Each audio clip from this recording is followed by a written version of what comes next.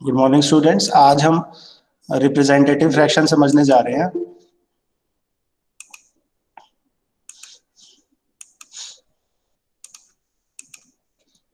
ठीक है, तो रिप्रेजेंटेटिव फ्रैक्शन की क्या रिक्वायरमेंट होती है कि जैसे आप कोई शीट पे कोई भी ड्राइंग है किसी भी ऑब्जेक्ट की, उसको साइज को रिड्यूस करके ड्रॉ करना चाहते हो।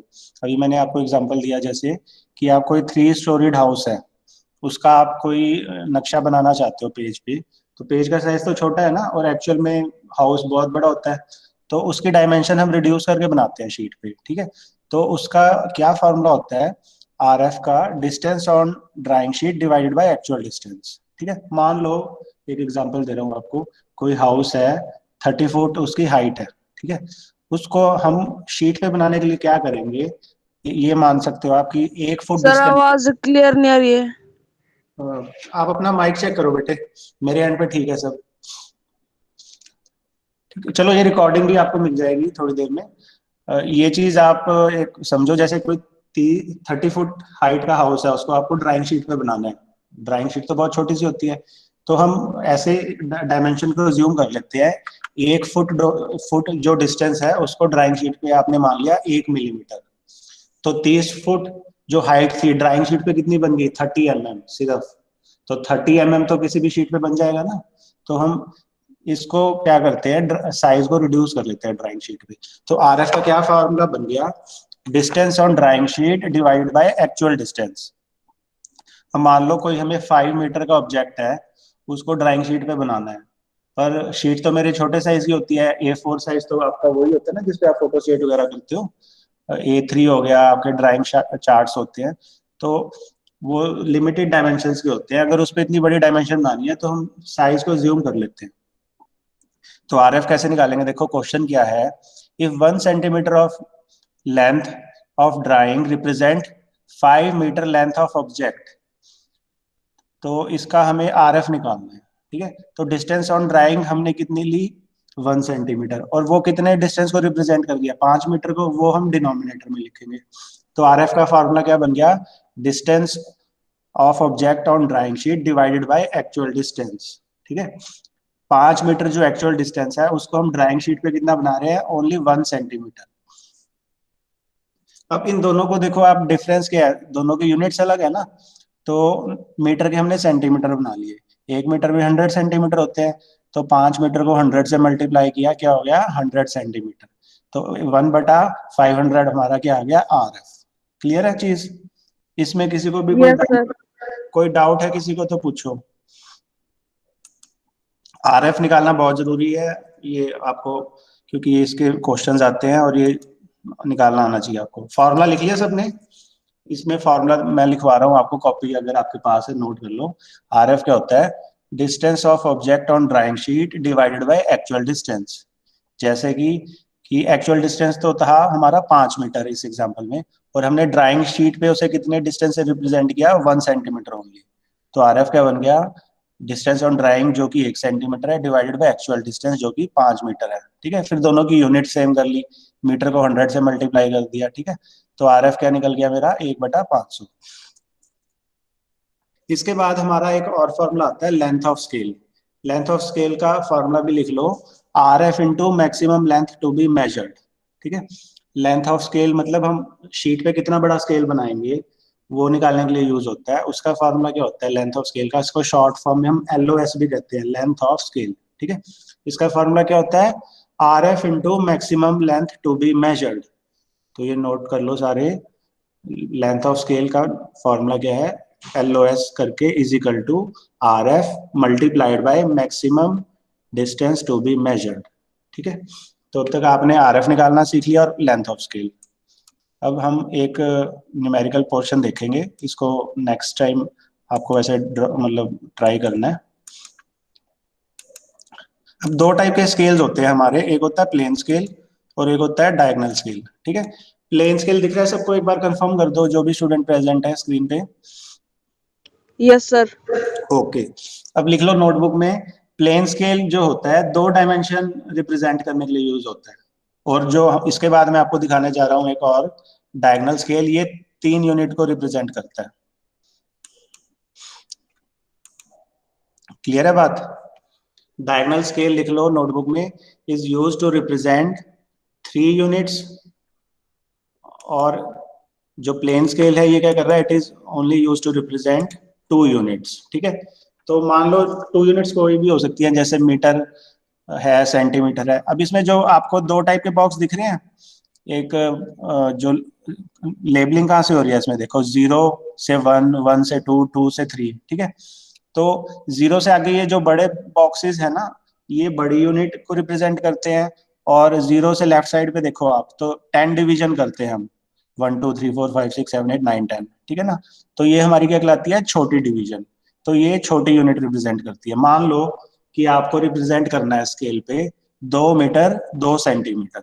ठीक है, तो क्या करोगे आप, ये 0 से 2 तक तो कितना हो गया, जो बड़े बॉक्स हैं ये 2 मीटर दिखाएंगे, और 2 सेंटीमीटर दिखाने के लिए क्या होगा, 0 से आप नेगेटिव डायरेक्शन है जो बैक साइड वाली, जैसे आप नंबर सिस्टम की वो पढ़ते थे ना छोटी क्लासेस में, कोऑर्डिनेट सिस्टम, 0 से इधर जा रहे हैं ना जब हम, तो बस दो हमें और डब्बे ले लेने हैं।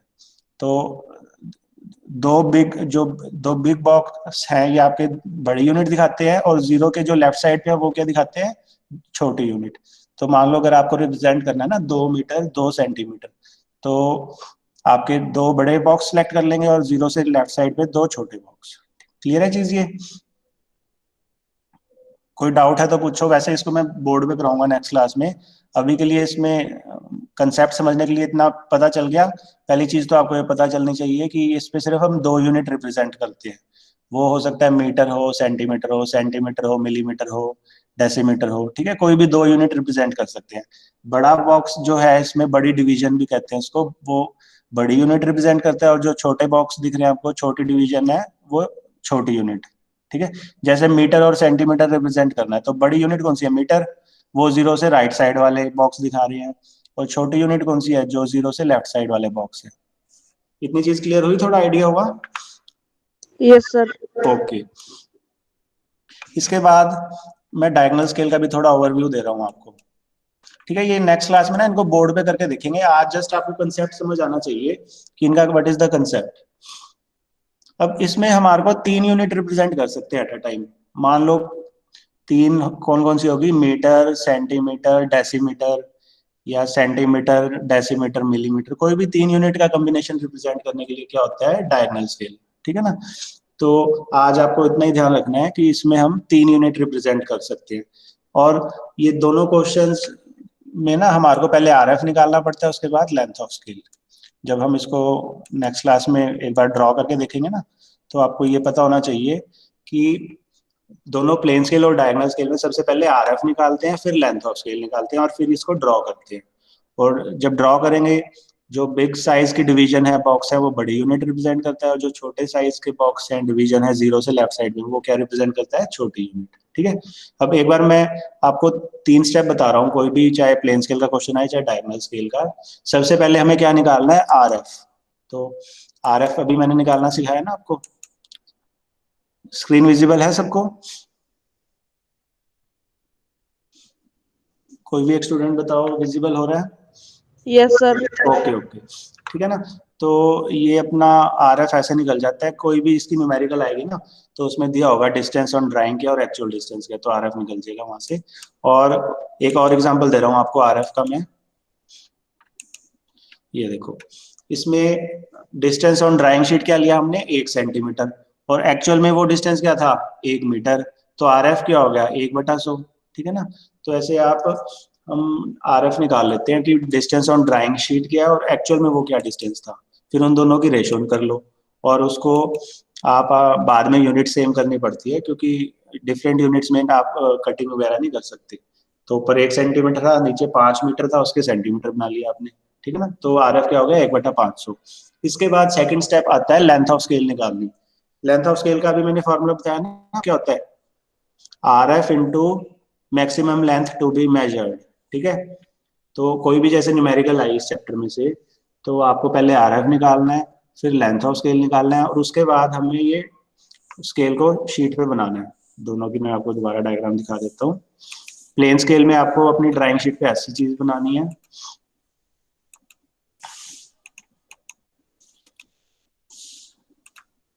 ठीक है, ये प्लेन स्केल ऐसा ड्रॉ करना है।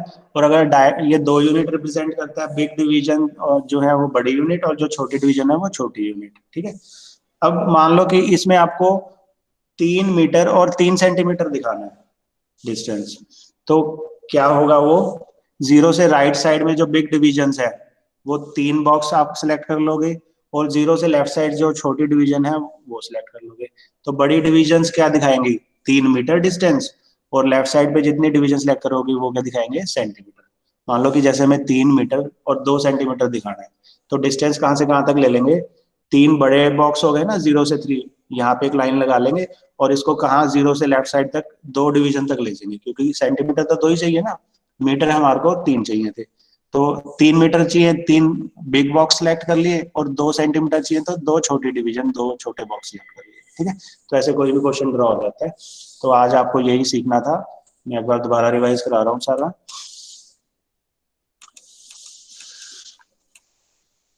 सबसे पहले आपको ये आर एफ निकालना आना चाहिए, distance on drawing sheet divided by actual distance. इसका एग्जांपल दिया हुआ है कि भाई शीट पे 1 सेंटीमीटर है डिस्टेंस, एक्चुअल में 5 मीटर था, तो उसका आर एफ निकालो, दोनों को आपने डिवाइड कर दिया, यूनिट सेम कर ली, 1/500 आ गया। ठीक है ना। फिर लेंथ ऑफ स्केल का मैंने फॉर्मुला बताया आपको, R F into maximum length to be measured. अब ये जब दोनों चीजें निकल जाएंगी, फिर थर्ड स्टेप आपको करना होता है कि आपको प्लेन स्केल बनाना है, अगर 2 यूनिट पूछी है उसने, अगर न्यूमेरिकल में 3 यूनिट कह रहा है तो डायगोनल स्केल बनाना है। ठीक है ना। फिर इन दोनों में क्या ध्यान रखना है, जो बिग डिवीजन है वो बड़ी यूनिट दिखाएगा, जो छोटी डिवीजन है वो छोटी यूनिट। और ये चीज हमेशा याद रखना है, 0 से राइट साइड बड़ा डिवीजन बड़ी यूनिट को रखना है, और 0 से लेफ्ट साइड छोटी यूनिट को रखना है, और उसको 10 हिस्सों में बांट लेते हैं। अगर ये आप छोटे बॉक्स काउंट करो ना, 10 डिविजन है ये। ठीक है, तो आज के लेक्चर में आपको इतना कंसेप्ट समझ आना चाहिए। नेक्स्ट क्लास में इनको बोर्ड पे करके दिखाऊंगा आपको स्टार्टिंग से। कोई डाउट है इसमें, आज का जो काम कराया है? No sir. ये रिकॉर्डेड वीडियो मैं ना आपको यूट्यूब पे अपलोड कर दूंगा, और आपको लिंक भी भेज दूंगा इसका, इसको जिन्होंने क्लास नहीं लगाई वो भी, ताकि इसका बेनिफिट उठा ले। और कुछ अपनी अटेंडेंस टाइप शुरू कर दो एक तो ना इसके अंदर बॉक्स में।